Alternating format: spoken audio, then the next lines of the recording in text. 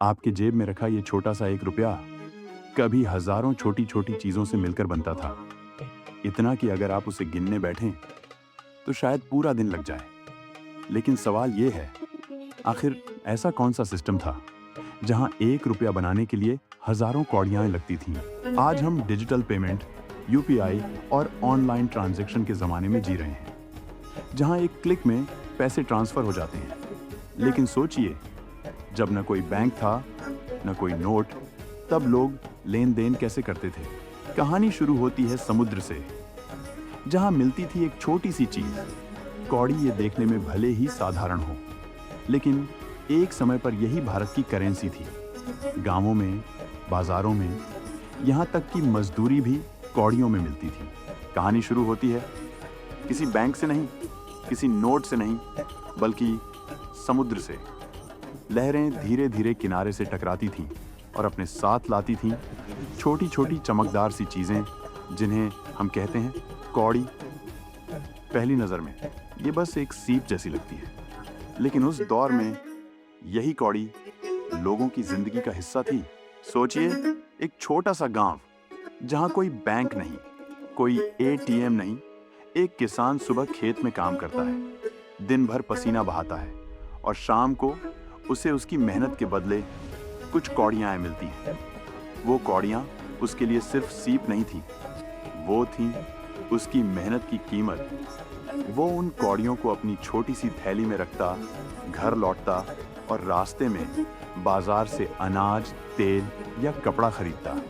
लेकिन यहाँ एक ट्विस्ट था, हर चीज का दाम कौड़ियों में तय होता था, और हर छोटी चीज की कीमत अलग अलग होती थी। यहीं से शुरू होता है एक ऐसा गणित जो आज सुनकर भी दिमाग घुमा दे। 3 फुटी कौड़ी मिलकर बनती थी एक कौड़ी, 10 कौड़ी मिलकर बनती थी एक दमड़ी, और फिर 2 दमड़ी से बनता था एक ढेला।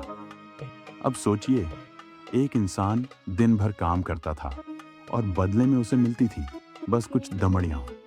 वो दमड़ियां धीरे धीरे जोड़कर ढेला बनता था, फिर ढेला जोड़कर पाई, फिर पैसा, फिर आना, और आखिर में रुपया। यानी 1 रुपया सिर्फ एक सिक्का नहीं था, वो था सैकड़ों दिनों की मेहनत का जोड़।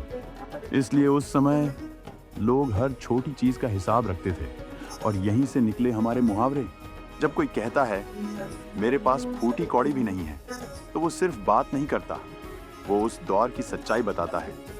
और जब कोई कहता है चमड़ी जाए पर दमड़ी न जाए, तो उसका मतलब होता है कि चाहे कुछ भी हो जाए, मैं अपनी मेहनत की कमाई नहीं छोड़ूंगा।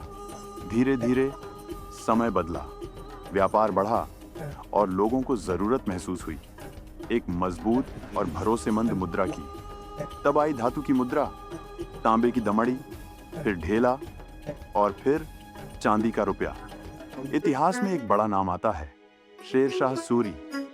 16वीं शताब्दी में उन्होंने पहली बार रुपया को एक स्टैंडर्ड बनाया, एक ऐसा सिक्का जिसका वजन तय था, जिसकी कीमत तय थी। इतिहास में एक बड़ा नाम आता है, शेर शाह सूरी।